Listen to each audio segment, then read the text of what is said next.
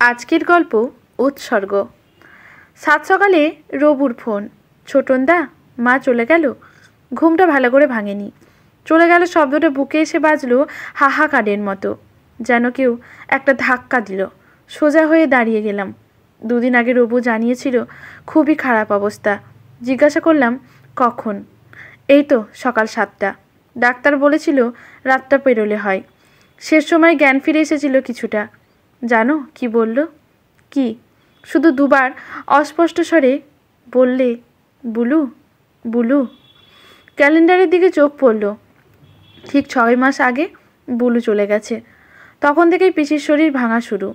অদ্ভুত শূন্যতা নিয়ে ফ্যাল ফ্যাল করে বুলুর খাটের পাশে বসে থাকতো। বুলুকে নিয়ে একাই থাকতো রবুর বিয়ের পরে। রবু কিছুটা দূরে মনোহর পুকুর রোডে একটা ভাড়া বাড়িতে থাকে। সম্প্রতি মার অসুস্থতার জন্য কাছে এসেছিল। বললাম, ফোন রাখ, আমি আসছি। ওরা দেশপ্রিয় পার্কের পাশে বিপিন পাল রোড, আর আমি লেক টাউন। বিপিন পাল রোডের বাড়াবাড়িতে জ্ঞান হওয়া থেকে দেখছি কনক পিসিরা থাকতো মাতৃ মন্দিরের গলিতে, অর্থাৎ আমাদের পাশের গলি।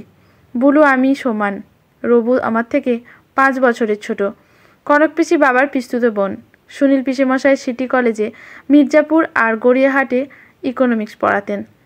পিসি চাপা গায়ের রং, টলটলে মুখ, গভীর কালো চোখ দুটি যেন প্রতিমার মতো আঁকা। কম বয়সে বিয়ে হয়েছে, পড়াশোনা তেমন হয়নি। একটা মায়ামর শান্ত চাহনি, অথচ কি গল্প করতে ভালোবাসত। হাহা করে গলা ফাটিয়ে হাসত। সে হাসির গমক সারা ঘর জুড়ে এপার ওপার হতো।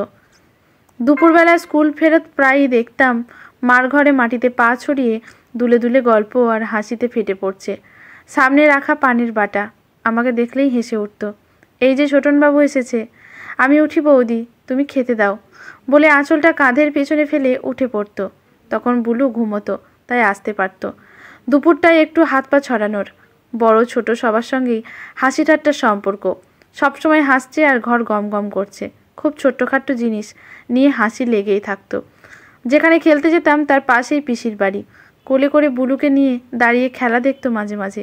বুলুকে বলতো, তুমিও খেলবে তো, একটু বড় হও।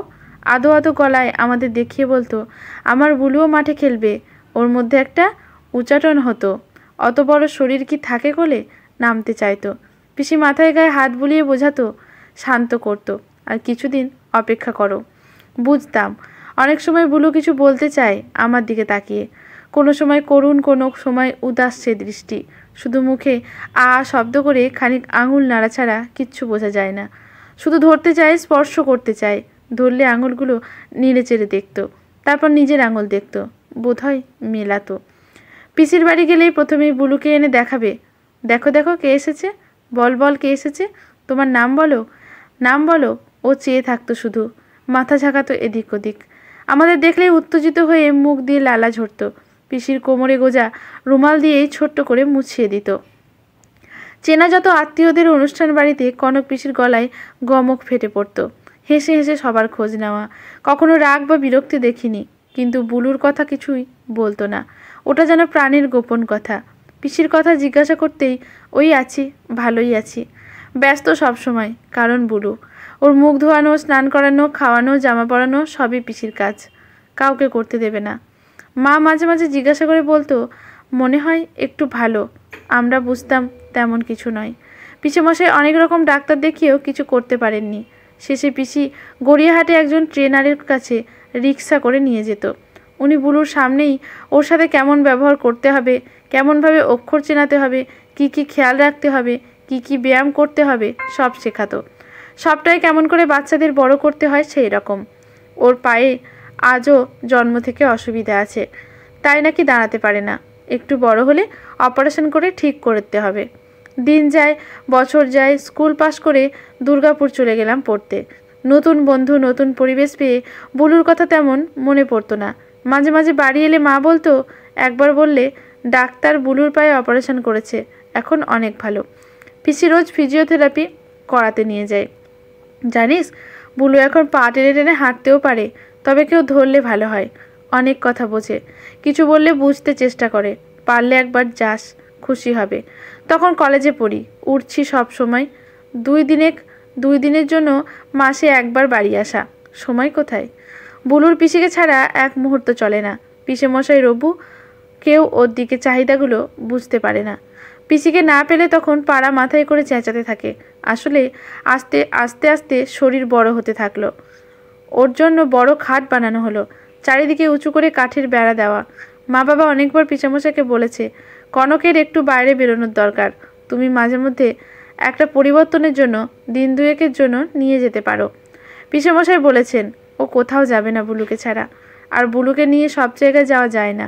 আসলে ও কনককে ছাড়া আর কিছুই, অন্য কেউ বুলুকে দেখতে পারবে না, তাই কোনো নার্সও রাখতে দেয়নি। বাবা মাথা ঝাঁকিয়ে বললেন, এরকমভাবে চললে ও একদিন অসুস্থ হয়ে পড়বে, তখন কি করবে? সবসময় বুলু বুলু করলে চলবে? রবুও তো এখন বড় হচ্ছে, ওর মনের কথাও তো ভাবতে হবে। প্রথম প্রথম চাকরি করি, ওখানে থাকতে অফিস যাবার সময় বাস স্ট্যান্ডে দাঁড়িয়ে থাকতে থাকতে কত দিন কনক পিসি আর বুলুর সঙ্গে দেখা হতো।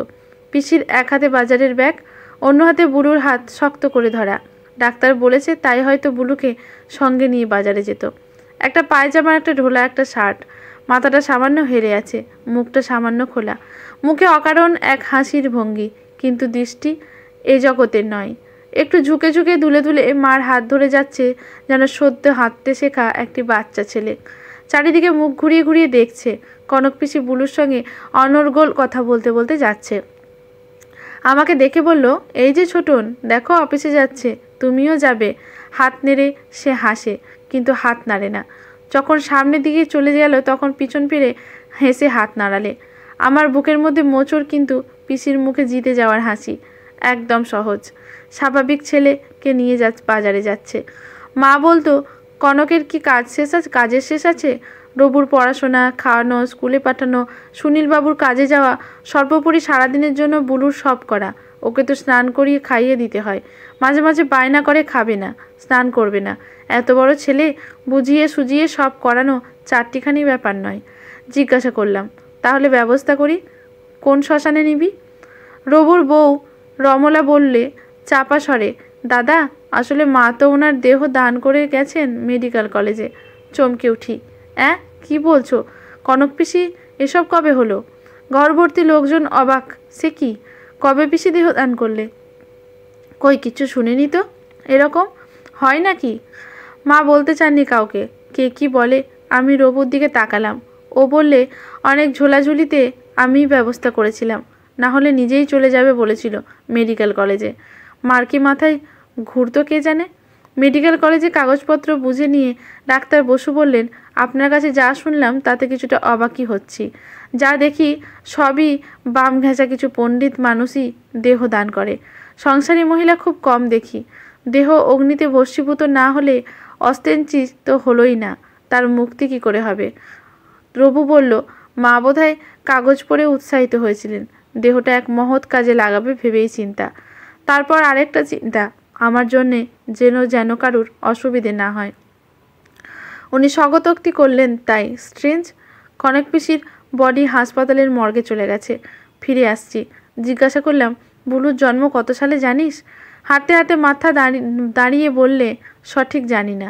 বিরক্ত হলাম, দাদার জন্মসাল জানিস না? মা বলেনি? আশ্চর্য, কেন? রবু কিছুক্ষণ আমায় পর্যবেক্ষণ করে বলল, আমার মনে হচ্ছে তোমার কোথাও বুঝতে ভুল হচ্ছে। এতে ভুল বোঝার কি আছে?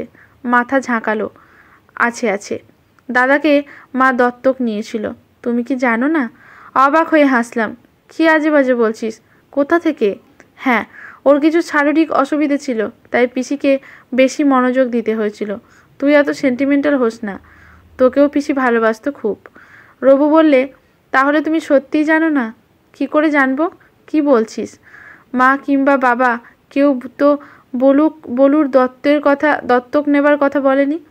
আর আমরাও কোনোদিন পিসিকে আর বুলুকে দেখে মনে হয়নি কিছু আলাদা।